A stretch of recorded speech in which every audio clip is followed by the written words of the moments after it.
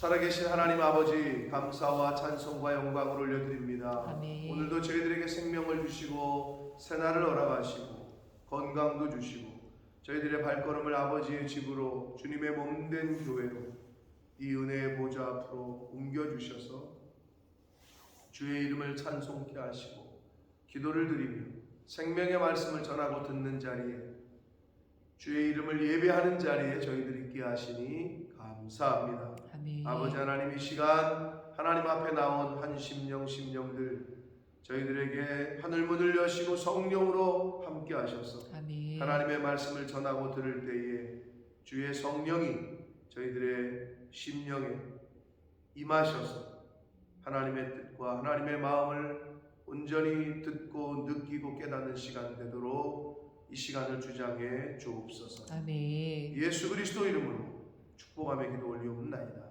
아멘. 아멘. 자, 37장에서 드디어 요셉이 등장합니다.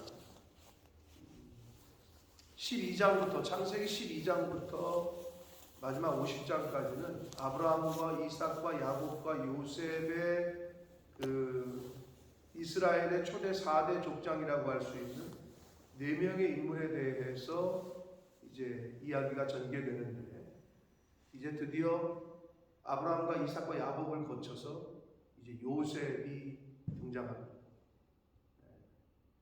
그래서 이제 처음 등장하는 이 37장에서는 요셉이 형들의 시기와 미움을 받아서 이제 보디발의 집으로 팔려가는 것까지가 37장에 나와 있는데, 오늘은 11절까지 말씀 속에서 주시는 교훈을 함께 받도록 하겠습니다. 자, 어제 말씀드린 대로 에서는 가나안 땅을 떠납니다. 세일산으로 거처를 옮겨요. 여러 가지가 이유가 있겠습니다만은 하나님의 기업은 야곱을 통해서 흐르기 때문에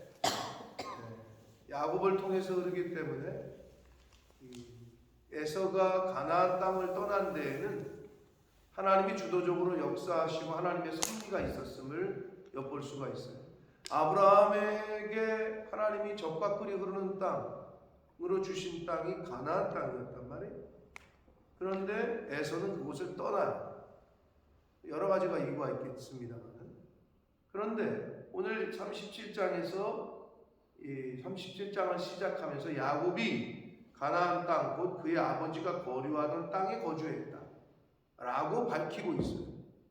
이거는 에서와 차이가 있다는 걸 얘기하는 거고, 야곱을 통해서 이제 하나님의 섭리와 역사가 시작되고 또 이어지고 계속되고 있다라는 것을 성경은 우리에게 알려주시고 있다.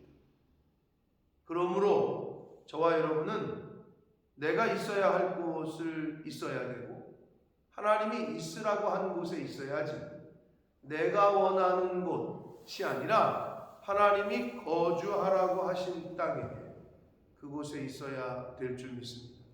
근데 우리가 인간적으로 볼 때 여러 가지 형편과 사정과 인정과 사정과 물정과 조건과 이런 걸 따져서 옮길 때가 많죠. 거처를 옮기는 게.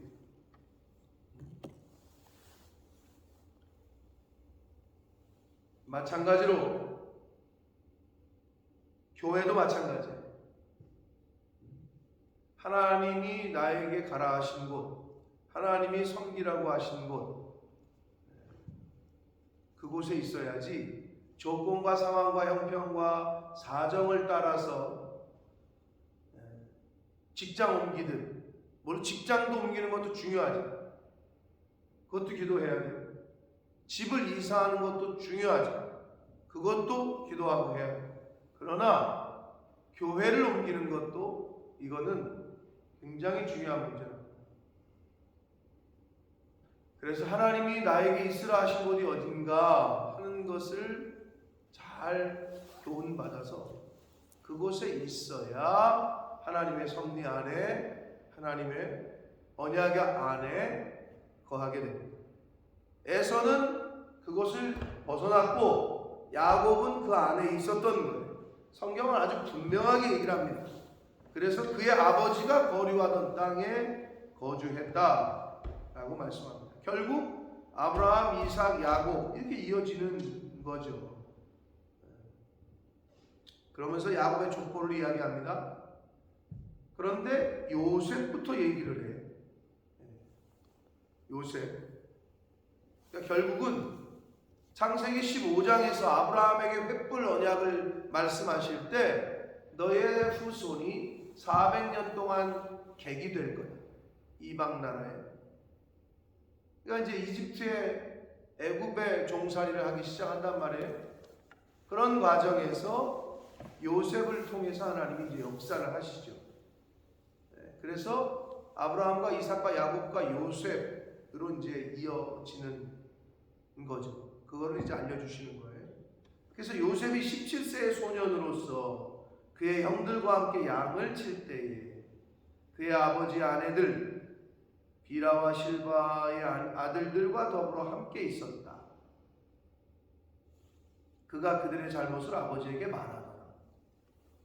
여러분, 왜 요셉이 양을 치는데 비라와 실바, 첩이잖아요.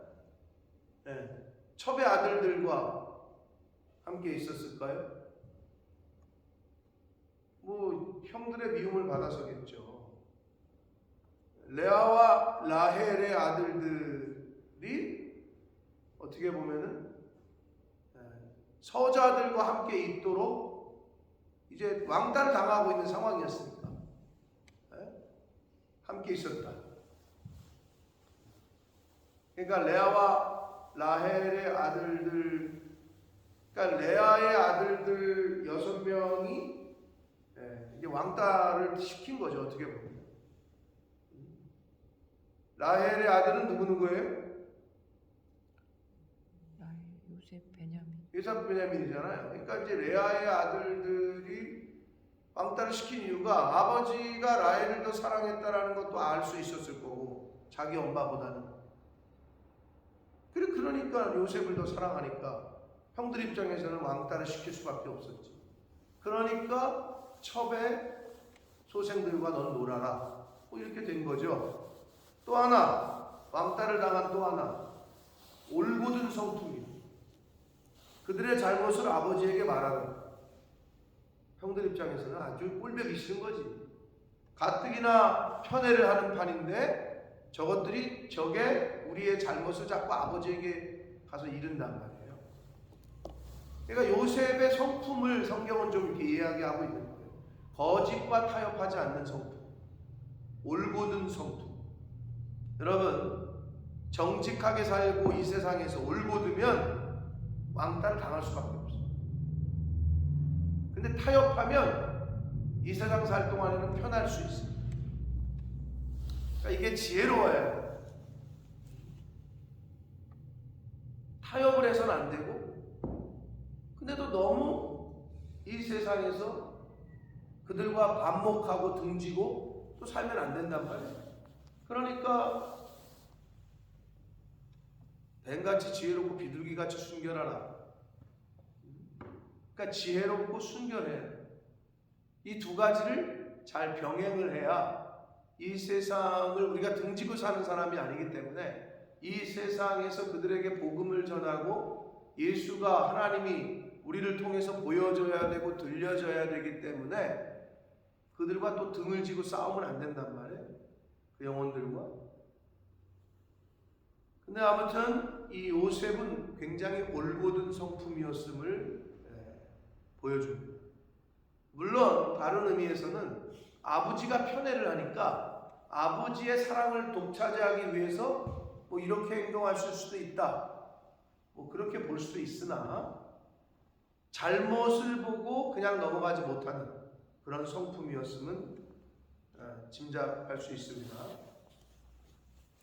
자, 3절 보시면 요셉은 노년에 얻은 아들이므로 야곱이 요셉을 얻었을 때 나이가 91세였어요. 91세. 그래서 완전히 늦둥이 중에 늦둥이죠. 이스라엘이 여러 아들들보다 그를 더 사랑했다. 그를 위하여 채색 옷을 지었더니, 채색 옷은 색깔 있는 옷이라고 생각하기가 쉬운데 사실은 소매가 달린 긴 옷이에요. 그래서 원래 겉옷은 일할 때는 짧아야 되잖아요. 긴 옷은 관리자들이 입는 옷이었다. 관리자. 그러니까 아버지가 그 긴 옷을 입히니까 형들 입장에서 기분 나쁜 거지. 저게 우리 관리자야? 나중에 관리자가 되죠. 요셉이 또 꿈을 꾼 거대로. 근데 하여튼 그러니까 이제 당연히 왕따를 당할 수밖에 없죠. 이거를 영적으로 보면 하나님 아버지에게 사랑을 받고 이쁨을 받잖아요. 그러면 세상에서는 왕따를 좀 당할 수밖에 없어요. 세상 사람들이 거짓된 어두움에 있는 사람들은 빛의 자녀를 좀 꺼려하거든요. 거짓이 있는 사람이, 거짓된 영이 있는 사람은 정직한 영이 있는 사람을 보면 꺼려해요. 그런데 알아봐요. 근데 이걸 이제 속이는 게 거짓된 영이지. 크리스찬들을 성령이 있는 사람을 속이려고.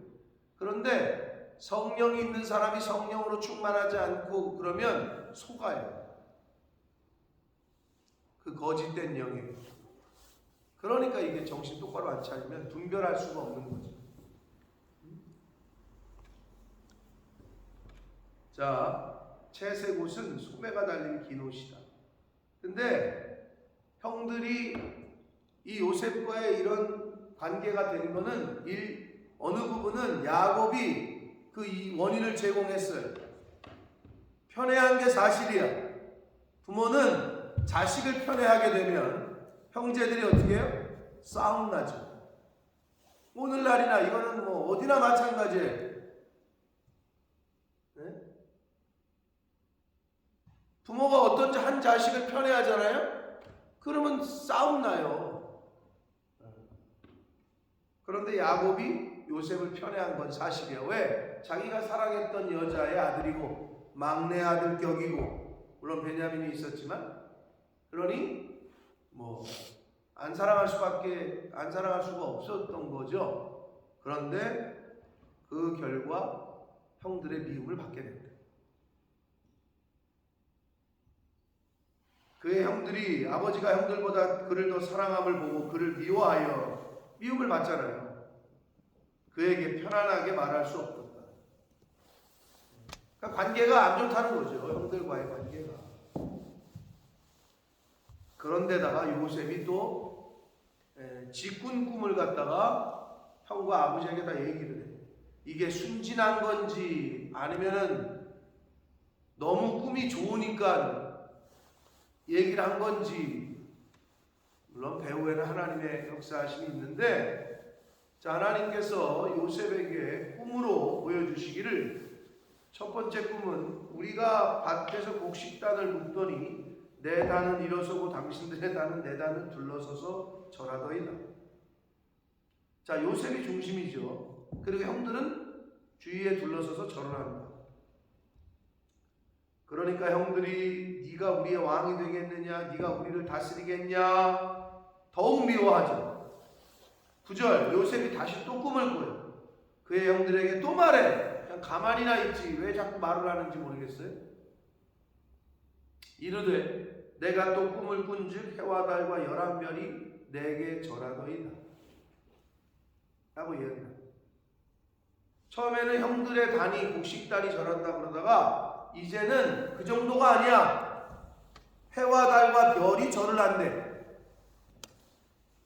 온 세상에, 한마디로 사람이 아니라 온 나라가 내 앞에 무릎을 꿇을 거다, 이 얘기거든요. 그가 꿈을 아버지에게도 말해. 이번에는 그랬더니 아버지가 꾸짖어요. 왜냐하면 이 당시에 이 이스라엘 유대의 사회는 한국과 비슷해. 서열이 중요했단 말이에요. 장자. 그러니까 이스라엘의 풍습과 관습을 보면 한국과 비슷한 게 너무 많아요. 한국과. 결혼식 문화도 그렇고 장례 문화도 그렇고 이 인식하는 것도 그렇고, 옛날에 진짜 어르신들은 뭐 장남, 첫째, 그래서 어떤 집은 진짜 요즘도 그런 집이 있대. 딸들에게는 재산을 하나도 안 나눠주고 장남에게만 그냥 몰빵을 해서 상속시키고. 그러면 그리고 돌아가시면 또 어떻게? 딸들이 변호사 사가지고 저거 재산 달라고 소송 걸고. 요지경 속이죠. 그렇단 말이에요. 근데 이 당시에 유대도 서열이 굉장히 중요했단 말이에요. 그러니까 아버지가 그 꿈을 들으니까 아버지도 절하고 11명이 다 절한다고 하니까 꾸짖었어요. 처음에는. 그러나 형들은 시기하고 아버지는 그 말을 간직해 두었다. 이렇게 말씀합니다. 이 부분이 중요합니다. 이제. 자, 그러면 꿈이 뭐냐는 거예요.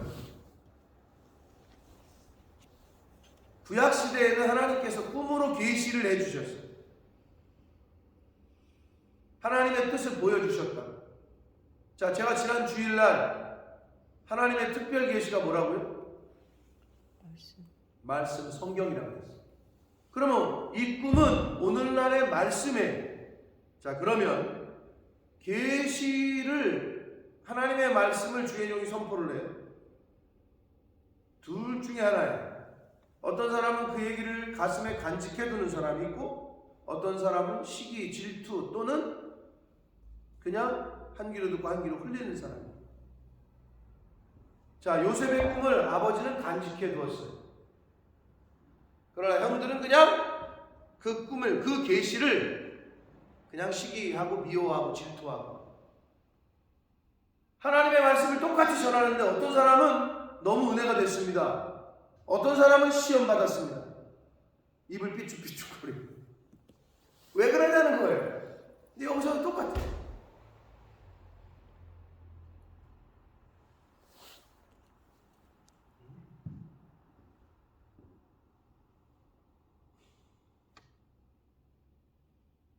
여러분, 남이 잘 되면 어떻게 해요? 축복을 하고 축하를 해줘야 되는데 어떻게 해요? 배가 아파. 사돈이 땅을 사면 배가 아프다고 어쩌고저쩌고 뭐 그런 얘기가 있잖아요. 형제들이 잘 되는 게 싫어요? 이웃이 잘 되는 게 싫어?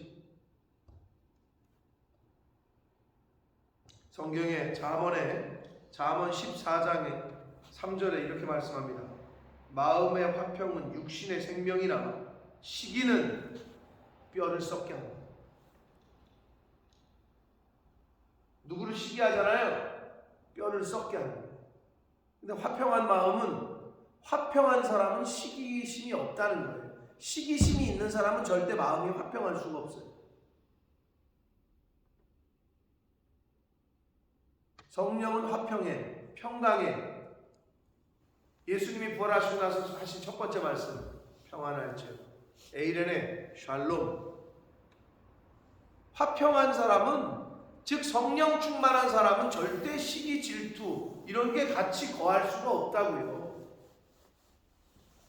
그러니까 우리가 성령으로 채워야 되는 이유는 시기, 질투 이런 것에 내 마음을 비워줘서는 안 되는 거죠.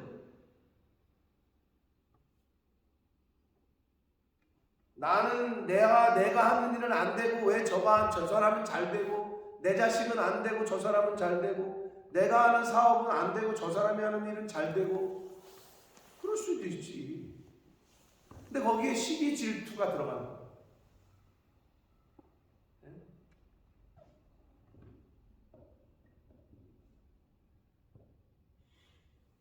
똑같이 하나님의 계시된 말씀을 전해도, 꿈을 똑같이 전해줬는데 누구는 간직하고 누구는 시기하고. 오늘날도 마찬가지예요. 여러분, 어느 편에서 어느 쪽인지 모르겠어요. 하나님의 말씀을 들을 때 그 말씀을, 그 계시된 말씀을 하나님의 말씀으로 받아서 간직해서 그 말씀대로 이루려고 살려고 노력하면 되는데, 사람들이 말씀을 골라서 듣는다는 거야. 골라서 들어. 저거는 내 마음에 안 들어. 흘려버리고. 요건 오늘은 좀 내 마음에 드네. 자기가 취사 선택을 해. 감히 어명을, 하나님의 말씀을 그러니 무슨 하나님 앞에서는 그래서 신약에 오면 오직 예만 있는 거다라고 말씀을 했던 거예요. 사랑하는 성도 여러분, 하나님의 계시된 말씀, 구약 시대에는 꿈으로 계시하셨어요. 그러나 우리에게는 이미 말씀이 육신이 되어 이 땅에 오신 예수 그리스도, 그 이후에 하나님의 섭리 가운데 성경을 말씀의 본체이신 예수 그리스도가 이 땅에 오셨고 그거를 기록한, 그리고 그 과거의 구약 시대에도 있었던 일들을 하나님이 기록을 하셔서 특별한 계시의 말씀을, 성경을 우리에게 주셨어요. 그래서 말씀이 생명인 거예요. 그래서 말씀이 빛인 거예요. 잘 간직하시기를 축복합니다. 아멘. 잘 듣고 잘 읽고 마음에 잘 간직하시라. 하나님의 말씀을 잘 간직하는 자, 그 말씀으로 인하여 영생을 얻고 새 힘을 얻고 능력을 얻게 될 줄 믿습니다. 아멘. 간직하는 게 뭐예요? 그래서 간직하기 위해서 읽고 듣고 암송하고 배우고 그렇게 하는 거 아니에요. 아니 영어 사전을 여기에 넣는 마음에 간직하는 사람이 잘 되는 거 아니에요. 법전을 여기에 두는 사람이 검사, 판사, 변호사 노릇하는 거 아니에요. 똑같죠. 하나님의 말씀을 여기에 간직을 해야, 내 머릿속에 기억을 해야, 그래야 능력이 나타나죠. 시험 당할 때 학생들이 교과서를 여기에 집어넣어야 시험 볼 때 능력이 나타나죠.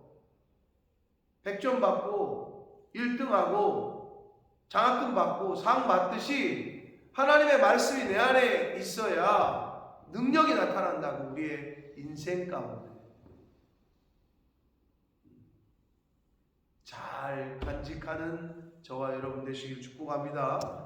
시기, 질투, 이거는 내 속에서는 완전히 버려야 해요. 왜? 뼈를 썩게 한대요. 잠언의 기자가 말하길, 내 마음의 화평은 육신의 생명이래요.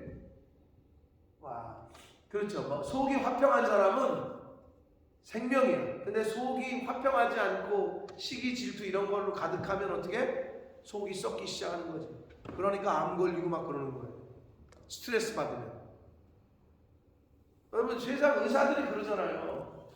원인이 잘 뭔지는 모르겠지만 뭐 툭하면 스트레스래. 툭하면 그 신경성이래. 근데 그게 맞아요. 성경적이에요. 근데 화평은 어디서 와? 사람들은 돈을 쫓아. 왜? 돈이 화평을 주는 거로 착각을 하거든. 사단이 그렇게 유혹을 하니까. 너 돈 많아봐. 돈이면 다 된다. 돈만 있으면 화평하다. 천만의 말씀. 안 된다는 걸 이미 우리는 너무나도 많이 보고 있어요. 화평의 영은 오직 성령입니다. 화평은 하나님의 말씀이 화평이에요. 그래서 예수님이 평안하라, 평안해라 라고 말씀하셨다. 샬롬과 에이레네는 하나님으로부터 오는 겁니다. 성경으로부터 오는 거기 때문에 속 편한 사람을 이길 수가 없으니까요.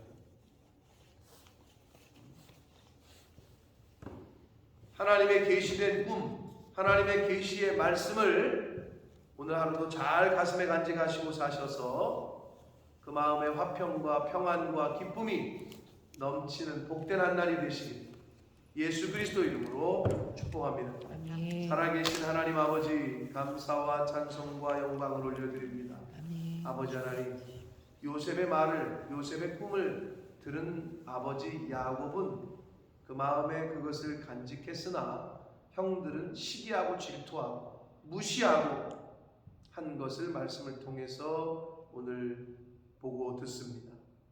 아버지, 성령의 영, 화평의 영, 평강의 영, 하나님의 말씀을 통해, 계시된 말씀을 통해 그 말씀을 가슴에 잘 간직함으로 내 마음이, 내 속이, 내 영이 샬롬과 에이레네의 상태로 유지될 수 있도록 시기와 질투와 미움과 혈기와 분노와 화와 이런 것들은 다 버릴 수 있도록 오직 성령 하나님으로 충만할 수 있도록 기쁨과 소망과 평안과 평강으로 충만할 수 있도록 가득 찰 수 있도록 아버지 오늘 계시된 말씀을 통하여 이 말씀을 가슴에 잘 간직하는 오늘 한 날이 되게 하시고 하나님 앞에 가는 그 순간까지 하나님의 계시된 말씀을 잘 마음판에 새기며 살아가는 저희들 모두가 되게 하여 주옵소서. 아멘. 예수 그리스도 이름으로 축복하며 기도를 드리옵나이다. 아멘. 아멘.